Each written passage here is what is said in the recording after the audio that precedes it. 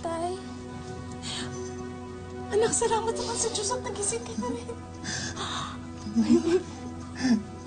Nay, tay, akala ko po mamamatay na ako. Ligtas ka na, anak. Anak, Nana, nandito na kami.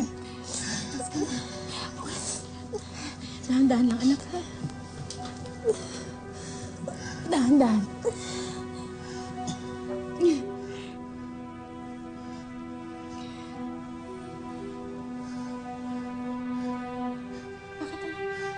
Ano naramdaman mo? Nay, bakit po hindi ko po maramdaman yung mga paa ko?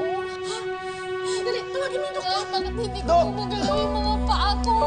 Sige, anak. Nay, wala po akong maramdaman. Pilitin mo yung Ano dalawa, anak. nangyayari sa akin, Nay? Hindi ko po siya magalaw, Nay. Ano po nangyayari sa akin? Nay!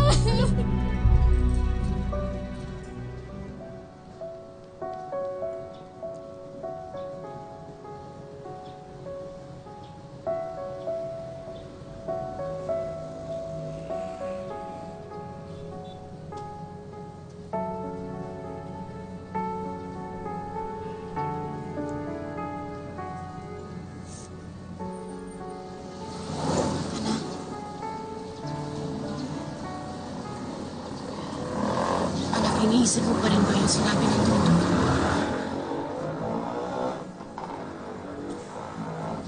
Nay, sabi ng doktor, hindi na daw ako makakalakad. Hindi ko na nga raw daw mararamdaman kung magdudumi ako o iihi ako eh. Paano na ako? Habang buhay na lang ba akong alagain? Anak, kahit kailan hindi ka namin pababayaan ng itay mo. Huwag ka na mag-isip ng ganyan, ha? Makakaraos din tayo. Nay, paano yung mga pangarap natin?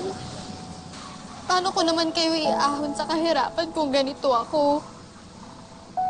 Isa na lang akong palamunin.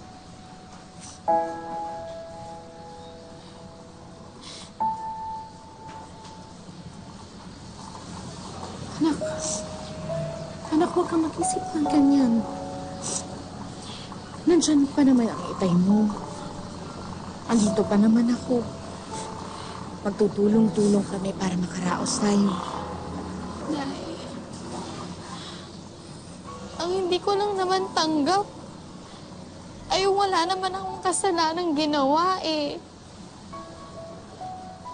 Wala naman akong kinalaman sa away nila. Bakit nangyari sa akin to? Bakit nila ako dinamay?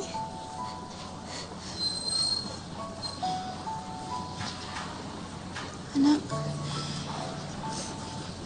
siguro naman hindi tayo bibigyan ng Diyos ng isang bagay na hindi natin kakayanin, hindi ba? Naniniwala ako na nandyan pa rin siya kahit sa pakiramdam natin ngayon. Parang iniwan niya na tayo. Pero anak,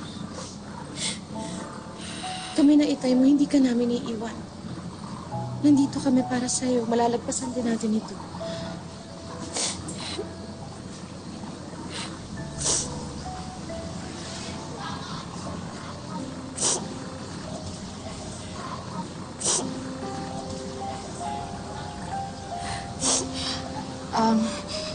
Jocelyn, anak, siguro mas mabuti pumasok na tayo sa loob.